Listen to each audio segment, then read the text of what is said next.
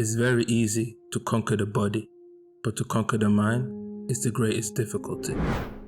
But they found that in order to live, they had to parasite another entity by creating hate energies and fear energies. And when those radiate, they then suck and then they energize and take that form. So they will learn to manipulate your thought process by getting into your energy frequencies and becoming part of your thoughts, making you think thoughts that would be relevant to their survival, thereby activating certain atomic, molecular, photonic energies within you through the manipulation of your emotions. Those emotions now create chemical signatures, which then create ambient light energies, because you're a creator and you create via the consolidation of light. If I can consolidate light and create it in the form of hate energies. What if my problem wasn't that I don't understand people, but that I don't like them?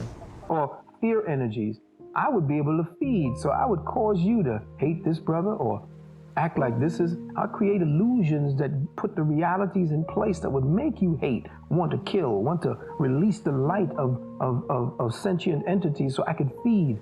That's why battlegrounds, where there are thousands of dead people, if you were to go there with the open first eye, you would see this almost grayish haze sitting over the top of the battlefield.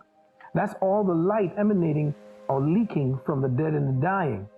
And there you would see all these entities just feeding. It would be a smorgasbord for all of the artificial or second generational entities that would be feeding on what they had precipitated within the hearts and minds of those men, forced to kill one another based upon their manipulated emotion. Question. Would you die for me? Yes. That's too easy. Would you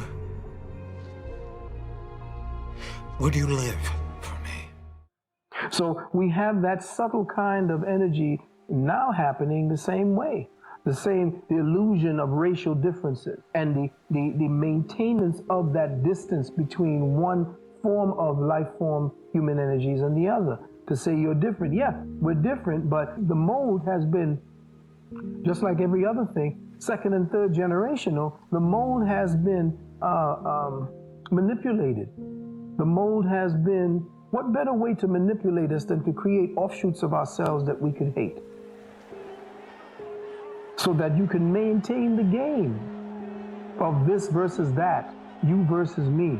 And in doing that, I would constantly be puppet mastering everybody. If I could feed from you and your pain, I would puppet master you to believe in the matrix, and that's what the matrix is. The matrix feeds on your energy so that second generational entities who set up the matrix for their life can feed and become substantial entities. Remember, they're creating a substantial, tangible life on frames of reference that are beyond your reality.